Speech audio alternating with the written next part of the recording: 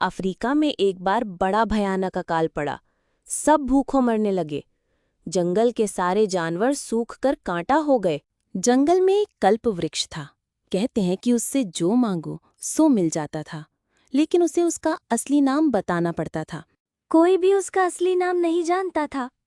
तभी एक जानवर ने कहा कि पर्वतराज को उसका असली नाम मालूम है। तो चलो कोई पहाड़ों की सबसे ऊपरी चोटी पर जाए और उसका असली नाम मालूम करके आए, नहीं तो हम मर जाएंगे।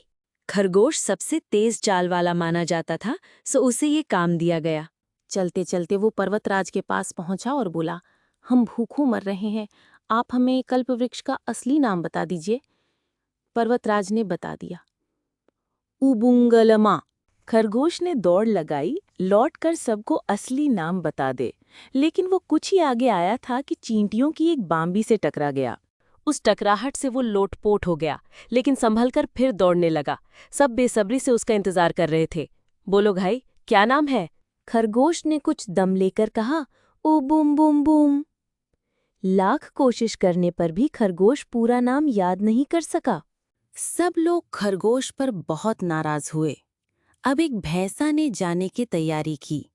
जंगी भैंसा चला और चलते चलते पर्वतराज के पास जा पहुंचा। कहा, खरगोश से कल्प वृक्ष का नाम भूल गया। पर्वतराज ने उसे फिर वही नाम बताया, उबुंगलमा। भैंसाराम लौटने लगा। जब वो पहाड़ उतर चुका तो उसने दौड़ लगाई। सहसा वो चींटियों की बांभी से टकराया और 3 कुलाटियां खा गया। सारे जानवर उसका इंतजार कर रहे थे। उन्होंने पूछा, नाम बताओ भाई, हम तो खाने के लिए मर रहे हैं। भैंसे बोला, उबुम बो। भैंस को पसीना आ गया। वह रास्ते में गिरने के कारण बाकी नाम भूल गया था।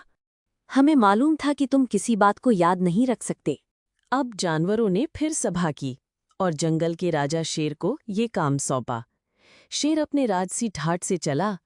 पर्वतराज के पास जाकर उसने कहा, खरगोश और भैंसा तो नाम भूल गए हैं, इसलिए मुझे आना पड़ा है। पर्वतराज ने फिर वही नाम बता दिया। शेर दौड़ पड़ा और जब करीब करीब पहाड़ उतर चुका था, उसी समय वो भी चींटियों की बांबी से टकरा गया। उसने धूल झाड़ी और फिर दौड़ने लगा, लेकिन दुर्भाग्यवश जब सबने नाम पूछा तो वह केवल ऊ ऊ ही बोल पाया। जंगल का राजा भी नाम भूल गया। फिर सभा हुई और कुछ भी तय नहीं हो पाया। तभी एक कछुआ सामने आया और बोला, कल मैं जाऊंगा और नाम फुसफुसा कर आऊंगा। सारे जानवर हंसने लगे। जहां शेर हार गया वहां कोई और क्या कर सकता है। लेकिन कछुए ने इतना ही कहा, कल शाम तक इंतजार करो और उसके बाद मेरा मजाक उड़ाना। कछुआ सुबह सुबह निकला और चलने लगा। चलते चलते वो पर्वतराज के पास जा पहुंचा। उसने कल्पवृक्ष का असली नाम पूछा। पर्वतराज ने कहा, उबुंगलमा। तुम ध्यान से सुन लो, मैं इसके बाद किसी को नाम नहीं बताऊंगा। नाम है उबुंगलमा।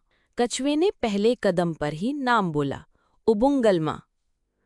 कुछ दूर जाकर वो फिर बोला, उबुंगलमा। फिर खुश होकर बोलता रहा, उबुंगलमा। तो वो बोला, उबुंगलमा। और रात से पहले वो जानवरों के पास पहुंच गया। सबने पूछा, नाम बताओ। वो चुपचाप पहले कल्पवृक्ष के सामने गया और साफ साफ शब्दों में बोला, उबुंगलमा। पेड़ से फलों की वर्षा होने लगी। सारे जानवर खुश हो गए। सबने फल खाए और कछुए को धन्यवाद देने लगे। रोज सुबह कछुआ कल्प वृक्ष को उसका असली नाम बताता और फलों की वर्षा होती। अकाल के दिनों में सबकी जान बच गई। फिर बरसात हुई और जंगल हरा भरा हो गया। जानवरों ने कछुए को शेर की जगह अपना राजा बना दिया और उस दिन से कछुए की धीमी चाल को किसी ने हंसी नहीं उड़ाई। ऐसी ही मजेदार कहानियां सुनने के लिए डीवीजी सॉफ्ट एनिमेशन स्टूडियो को जरूर लाइक करें।